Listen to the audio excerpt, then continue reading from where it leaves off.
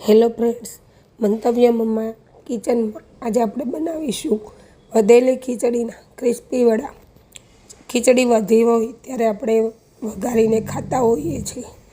આજે આપણે આ વધેલી ખીચડીના આવા એકદમ ક્રિસ્પી વડા બનાવીશું, જે વરસાદમાં ખાવાની મજા આવે અને એક પણ ટીપું તેલ વગર આપણે બનાવીશું.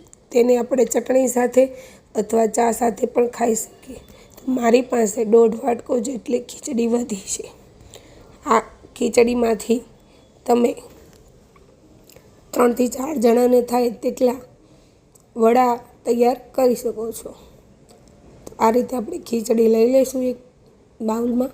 પછી એમાં કાંદા નાખીશું, કેપ્સિકમ નાખીશું, મકાઈ નાખીશું, લીલું મરચું, આદું. આમાં તમે તમારી રીતે કોઈ પણ વેજીટેબલ યુઝ કરી શકો છો. મેં મારી રીતે યુઝ કર્યા છે. તમે ગાજર, કોબી બધું નાખી શકો છો. મીઠું નાખીશું, અજમા, કાળા મરી, અને પછી આપણે એમાં નાખીશું 1 કપ જેટલો ચણાનો લોટ, અને એમાં નાખીશું અડધો કપ જેટલો ચોખાનો લોટ.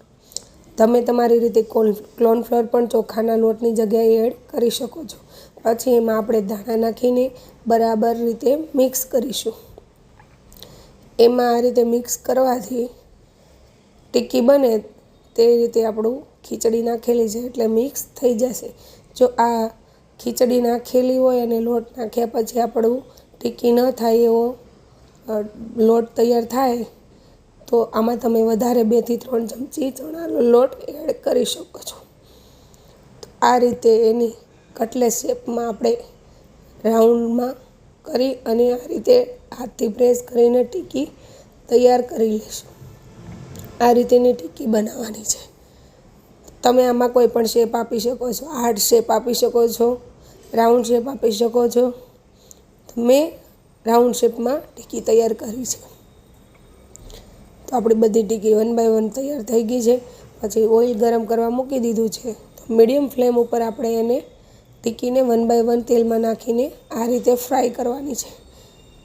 જ્યાં સુધી ગોલ્ડન બ્રાઉન ન થાય ત્યાં સુધી મીડિયમ ફ્લેમ ઉપર આપણે એને તેલમાં તળીશું.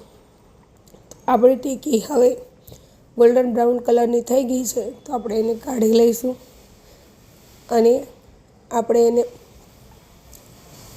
જોઈ શકો છો તો એક પણ ટીપું તેલ વગર અને એકદમ ક્રિસ્પી ચોમાસાની ઋતુમાં ખાવા માટે તૈયાર થઈ ગઈ છે.